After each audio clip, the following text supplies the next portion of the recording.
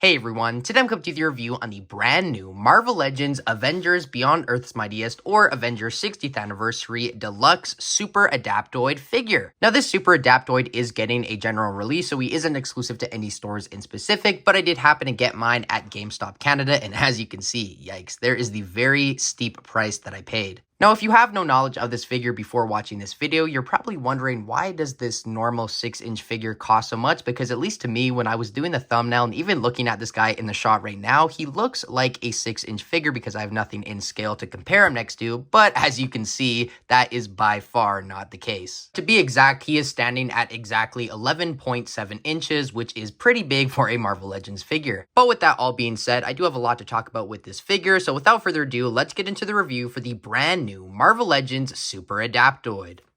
Now, as always, before I go over the figure, I do quickly want to go over the box design, and as you can see, this is in the plastic group packaging design, but at that, quite a big box. This box and the figure are kind of stretching the limits of my review space, so hopefully none of my walls get shown in this video, but if that happens, my apologies. Anyways, on the front of the box, we of course have a render of the figure. Behind that, we have a comic image in which this figure is based on. Up top, the Marvel Legends series logo, Super-Adaptoid as well, and on the bottom, we have the Marvel Avengers Beyond Earth's Mightiest logo, along with the Hasbro logo and the plastic repackaging logo. On the top, we have the Avengers 60 Years of Earth's Mightiest logo, along with some other details here and there, but most importantly, at least to me, we have some tape here that is not the Hasbro tape, and when I was in the store, I was very suspicious of that, so I did open it there with the guy, and I assure you everything that was supposed to be included was, but still, that is interesting to me how that would have gotten there. On the bottom, we have a bunch of legalese along with the barcode, the GameStop price tag, along with the plastic repackaging logo. On this side of the box, we have a comic image of the Super-Adaptoid, but what's interesting to me is that this one is different than the one that is on the front, and normally that isn't the case, so I don't know why they did that, but still, I really like this image. On the bottom, though, we have the Marvel Legends series logo, along with some red, white, and blue lines. On this side of the box, we have a rendered image of the Super-Adaptoid, but kind of being in a vanilla pose. We also do have the Marvel Legends series logo, or the Marvel Legends logo, you know, my favorite line, the Marvel Legends, such a great line. We also do have those same red, white, and blue, and I guess black lines behind the rendered image, which I guess I should also mention, happy 4th of July to all my American viewers. This video is probably going to come out then, so congratulations, or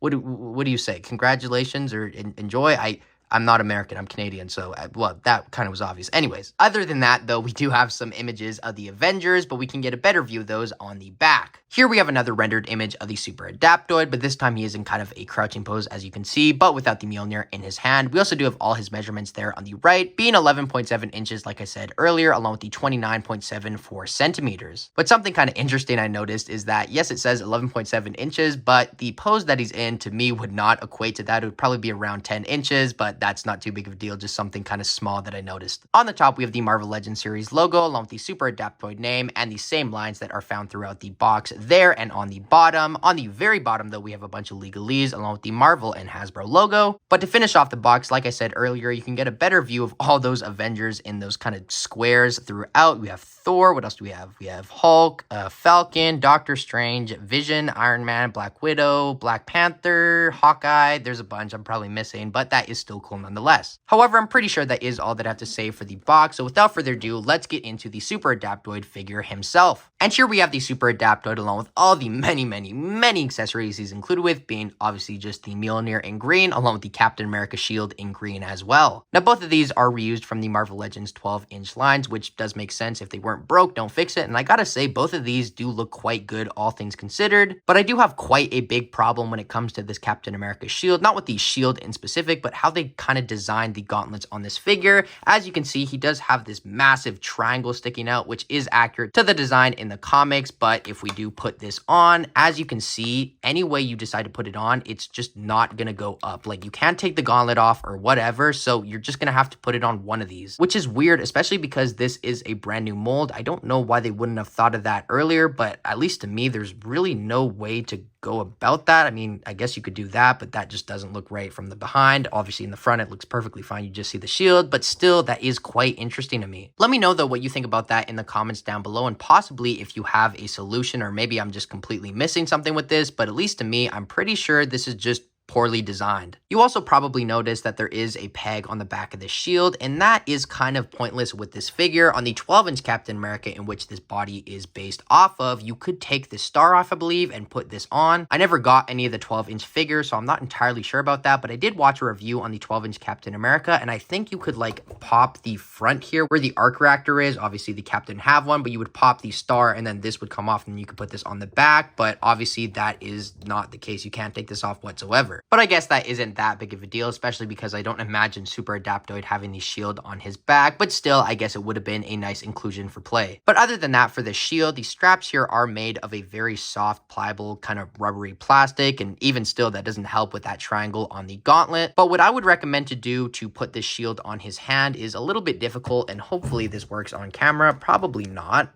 Please stand, please don't fall and rip my setup. But I would put the hand through the strap just like so, and then I would put it, oh, don't fall. I'd put it into the gauntlet like so, and then when it is in there, it's kind of locked, it's not going to come out. So that is probably the best way to go about it, especially with this triangle gauntlet thing. And as you can see, once that's on there, it is not going anywhere anytime soon. And I do like how it looks with the shield kind of a little bit lower than it would be. For the hammer included, it is obviously a lot bigger than the standard comic Marvel Legends Thor hammer, which this one has all the writing on it and this one does not. But still, I really like how this looks with all that sculpted detail throughout. But I definitely do want to mention that this thing is very hollow. I don't know if that will kind of be shown on camera. Maybe if I go like this.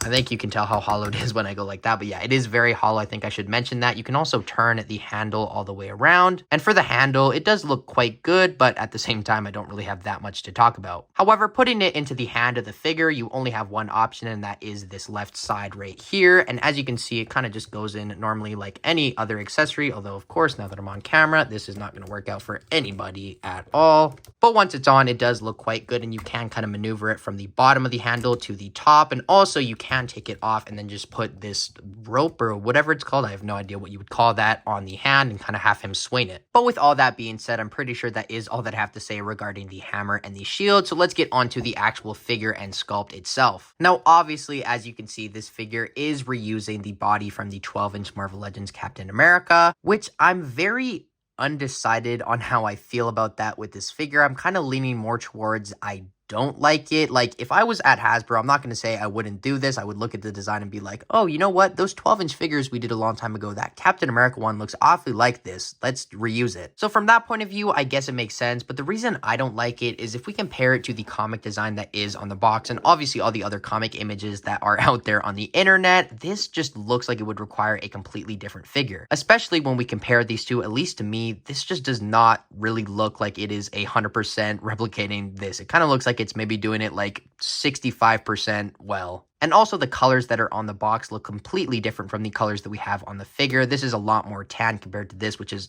almost just completely white. And all the scale mail too here is way different than the kind of hexagon design that we have going on here, which once again is very modern. And at least in my opinion, I think they would have been better off possibly reusing the 12-inch Deadpool or 12-inch Spider-Man body, because as you can see, this is a lot smoother and they would only have to make a few new parts. They could probably just paint on the scales and then make maybe a new torso with the arc reactor. So to me, I feel like that probably would have been the easiest route, especially when we consider that the head sculpt is brand new, along with the gauntlets are brand new and the boots are brand new as well. But with that all being said, that is the main thing that I kind of want all of your feedback on in the comments down below. What is your position on that? Do you think this reuse is good and makes sense, or do you think it does not work at all and it is just a complete cash grab for the price you're paying? Which, the way I described that, it kind of sounds like it obviously is, and you know, to some points of view, for me, it kind of is, especially with how steep the price is at around $90 Canadian, or I think it's $95 Canadian. So let's just round it with tax and everything to 100 for a reused body on a 12-inch figure, which those didn't even cost that much. I believe back then, which was like 5 years ago, I say back then like it was like a decade ago, but it was only 5 years ago or so. I think they were like 50, 60, maximum $70. I cannot imagine them being $100, and I'm pretty sure I'm right with that. But still, I think I've kind of come to the consensus that, at least in my opinion, I'm not a huge fan of this reuse, especially with how the design of the Super-Adaptoid is based off a very, very old kind of classic comic design of the character. This just looks way, way too modern and out of place compared to the design. However, I don't want this video to be like an hour long, so let's quickly go over all the sculpting throughout this figure. figure, although I guess you guys have been staring at it for a few minutes, at least the upper half of the figure, so there isn't that much to talk about. Starting off though with the head sculpt, like I said, this is brand new and it does look good, and I guess it is the most accurate part of the figure to the comic design, but that being said, it is very simple, and I guess I'll call it round and just smooth. But we do have these kind of rainbow moon things going across the head, two of them. Then we also do have the mask, which I believe is supposed to represent Hawkeye. I'm still not entirely sure if that's what it is, but let me know what superheroes you think he is recreating, at least when it comes to the head sculpt here. For the torso, right smack dab in the middle, as you can see, we have the arc reactor, which is a brand new mold, and I'm pretty sure that is just placed on top of the star. I don't think this is a new sculpt whatsoever, so if you were to take this off, I don't know why you would want to. There would probably be a star inverted underneath. However, that is what they went with, so I guess it is what it is. But for the neck, we do have a little bit of a texture going on, not as prevalent as the texture that is here on the abs, but still there is a little bit of a texture throughout. Although, yikes, that cut right there in the molding is very, very bad. That is not smooth whatsoever. For the lower half of the torso, as you can see here, what's really impressive is all of this texture detail throughout. I know I said a lot of things about the reuse and yada yada yada about the whole sculpt they went with, but for me, I cannot discredit how good of a actual sculpt the figure is, especially for how old it is. Like 5 years ago, this is a really good quality figure, and it kind of makes me want to go back and get a few of those 12-inch Marvel Legends, but I'm going to stop myself right there because that is a rabbit hole I cannot go down whatsoever. Anyways, other than that, for the lower torso, that same detailing does continue from the front to the back and looks just as good as it does on the front. But also on the front, one thing I didn't mention is we have the zipper on the abs, and that looks really, really good. I don't know what it is, but like it looks so realistic. Like it looks like there's like a zipper underneath there, and you could probably just unzip this to see the Super-Adaptoid robotic abs. Now the belt is also reused from the 12-inch Captain America, but I really love the sculpting detail specifically on the pouches. That is just very impressive, especially if we get a close look at that, and that is consistent throughout on the ones on the back as well. But in general, that is a very impressive sculpt for the belt, and I guess that is one benefit with these 12-inch figures, is just because of how big they are, you get a lot more room to do these very minute details, even though, you know, they could do it on a smaller scale. Here, it just looks so much better. And like I was saying, the gauntlets here are a brand new sculpt, but also like I was saying, this does cause all sorts of problems, which I'm not going back into that conversation. But I love the wrinkling here on the gauntlet, and that does continue on the hands, but honestly throughout these look really good. Obviously though, the hand here is different compared to the fist. It is a open hand, so you can get a better look at inside the hand and what that would look like, but still they are quite similar, all things considered. But now to finish off the figure with the lower half and just the legs in general, these look really, really good. I think this is especially where the sculpting on this figure comes to life. I think all of this throughout looks so very amazing. The only kind of downside with this and the arms as well is that they are pinned, but even so, that isn't that big of a deal. I guess we're just too spoiled with all the pinless figures nowadays. And if you look really closely, at least to me, it looks like there is a bunch of hexagons, specifically on, I guess, the America's ass, which is shocking. That is kind of where the sculpting is most defined. That could just be me, but I'm pretty sure those are hexagons. Then again, my eyes are good, but not that good to notice these small, very, very small details. Besides that, though, for the legs, we do have a few other details on top of all these possible hexagons throughout on the figure. On the inner thighs, as you can see, we have these kind of groove platings. I don't know what to call them, but they do look good, although kind of a weird positioning on the figure. And that same design is on the legs here as well, where the joint is, and that kind of doesn't line up perfectly, although I guess if you go like that, it does look quite good. On the upper thighs, we do have this other kind of plating design, although this one is a lot more smooth than this, but that does sadly get cut when you do move the thigh cut on both sides. Same thing with this line going all the way down on the front, that also does get cut from the thigh cut. And one thing I do want to note with that is it does look quite good going all the way down, although as you can see right there, a little bit of it is smushed, and that is because when you kick it up a little bit too hard, that will smush the plastic, and I guess that is kind of inevitable. With that being said, still something to note. I also just noticed that there is these two little dots here on the front of the torso, also on the back, also in the back as well, and I guess that is to keep the belt in place, and that does a pretty good job, so that is a nice inclusion. Anyways, we do have these knee pads here, which are quite simple, but you do have 4 kind of dots, which are supposed to represent probably screws or something to hold them in place. I don't exactly know, but that being said, pretty simple, all things considered. Lastly though, for the boots, which are a brand new sculpt, these do look quite good, all things considered, although I am a little bit disappointed with them because when I saw this figure, I thought this line here indicated toe articulation, but sadly that is not the case, as you can see. Other than that, I do like the wrinkling that we have going on, and we also do have these triangles kind of sticking up on the upper half of the boots on both sides. And then lastly, we do have these grooves on the bottom of the feet, and those do look quite good. These would definitely definitely be good construction boots. I gotta get me a pair of these for work. But other than that, we do have 2 peg holes on each side, along with a couple legalese here and there. But with that all being said, I'm pretty sure that is all that I have to say with the Super-Adaptoid. So let's get into his articulation and then the comparisons. Now for the articulation on the Super-Adaptoid, it is pretty good all things considered. The head does go back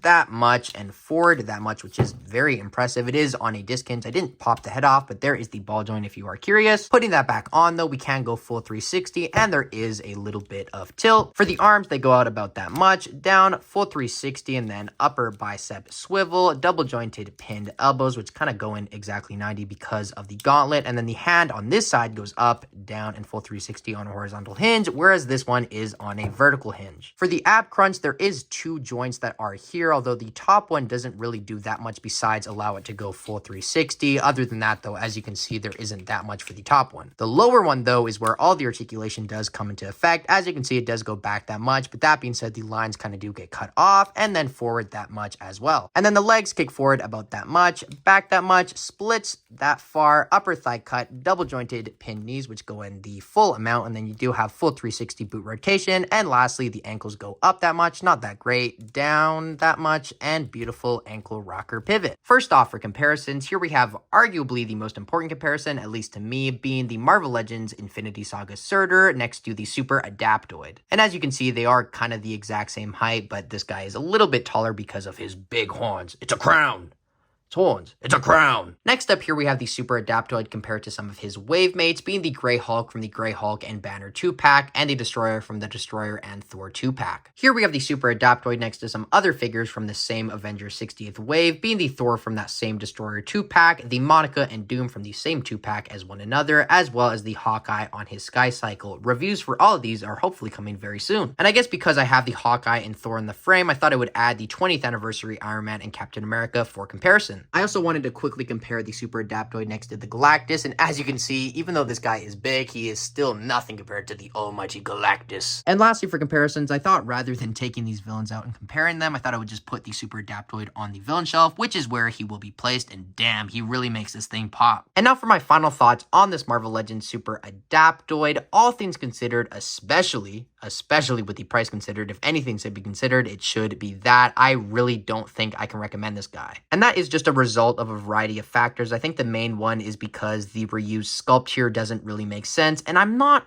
mad at Hasbro for reusing it. I want to kind of stress that it makes sense, and if I was at Hasbro, like I said, I probably would have done the same thing. I just think this isn't the best effort that they could have done for the Super-Adaptoid design. And the other thing is, when I was looking at this figure compared to the comic images online, he has some other kind of like wanes and other effects that just are not present here, and especially with that price, that would have been really nice to see, and that is not the case. So with everything I just said, I really don't think I can recommend this figure at all, unless you can get a really good deal on it. Getting him for like $50-$60 I think is more worth it. And if you want a Super-Adaptoid, I think you will be happy with this. You just got to embrace yourself that this figure is completely reused with a few new parts here and there. And if you can get past that, and also that it is way more modern than it should be, as you can see, then I think you will have some fun with this figure, as there is a lot of fun to be had. I personally have had a lot of fun with this figure, even with all the complaints I've said thus far. Okay, I just noticed probably the worst thing in the Marvel Legends line of 2023, and that seems like a overstep, but what I'm about to show you is going to shock you. I can't believe I didn't notice this earlier, but